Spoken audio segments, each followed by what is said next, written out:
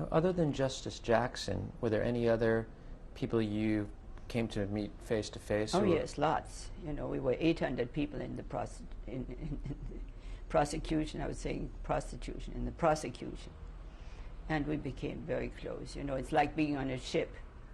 You know each other within four hours, and you become fast friends for life. Now, which defendants first did you see? Well, I saw Goering. I was interpreting for him. He was the number one man in Germany after Hitler, and he looked terrible because he had been on drugs, and they took his drugs away. So he was on withdrawal and lost about 100 pounds. And he wasn't particularly thrilled to have a female and a Jew as an interpreter. But we were there in the interpreting room. And I did something that I regretted very much afterwards. We had a book on, I have the Xerox here. We had a book on Nuremberg, on the building, on the people and all that. And I asked him to autograph his picture for me. And then afterwards I went out and thought, my God, why did I give this man the honor of autographing a book? So then I felt ashamed of myself, and I went to my then boss, a man who had been asked to go to Germany. His name was Kempner, Robert Kempner, because supposedly there was an aura about him, supposing he knew about the teeth of Hitler. And Hitler had committed suicide the day before the Allies surrendered, Germany surrendered to the Allies. And so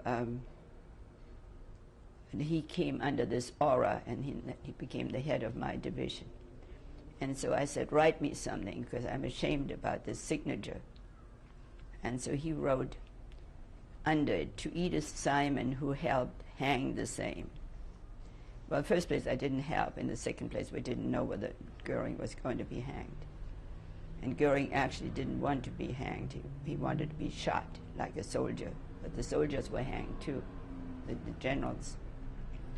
And so he was hanged. Goering was not hanged because he cheated the gallows, as you know, and killed himself during the night of the hanging. And I was with the journalists in the press room. And when the security chief of the prison came up, he looked awful. And we thought he was going to announce that the executions had been completed. He said, the defendant Goering has cheated the gallows by doing away with himself. All the journalists ran to their telephones and stuff. That was headlines. Goering was always the one who was most in the news. And then in the subsequent years, people were trying to figure out how could he get the poison. He killed himself with cyanide. And books were written about how could he kill himself. There was such security.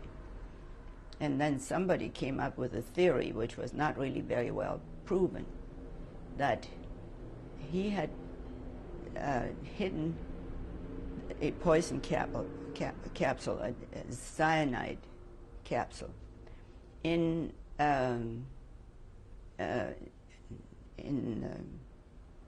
salve. I don't mean to say salve. In lotion, face lotion, and he had it among his personal belongings. And he asked one of the guards. He wanted his etui along, his case. They gave it to him.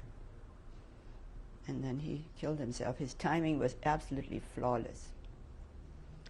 And then I think I mentioned before that the psychiatrist, there was a psychiatrist and a psychologist interviewing and doing Rorschach tests on all of our 21 defendants.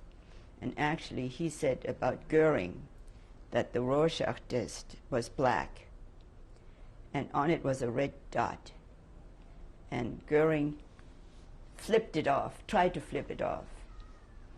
And so the interpretation was that he wanted to get out from under the indictment.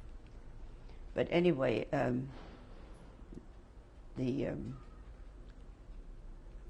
the two books were written about that, as I said. One of them was written by Douglas Kelly, the psychiatrist, and it was called 21 Cells. And he was from the Bay Area, and he came back here and he gave talks about Nuremberg and about the tests and about all of for 2 years. And then he killed himself with the same poison that Goering had killed himself.